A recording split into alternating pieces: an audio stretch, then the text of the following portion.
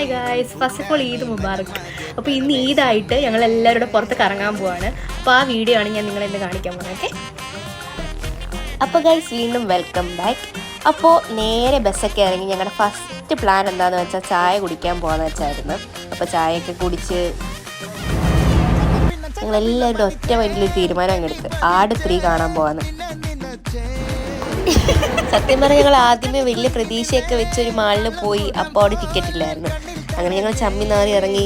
പിന്നെ അടുത്തടുത്ത് പോയപ്പോൾ എന്തോ ദൈവഭാഗ്യത്തിന് ടിക്കറ്റ് കിട്ടി. അങ്ങനെ ഞങ്ങൾ അവിടെയൊക്കെ എക്സ്പ്ലോർ ചെയ്തിട്ട് അകത്തോട്ട് കയറുവാണ്. സിനിമ കാണാൻ പോന്നെ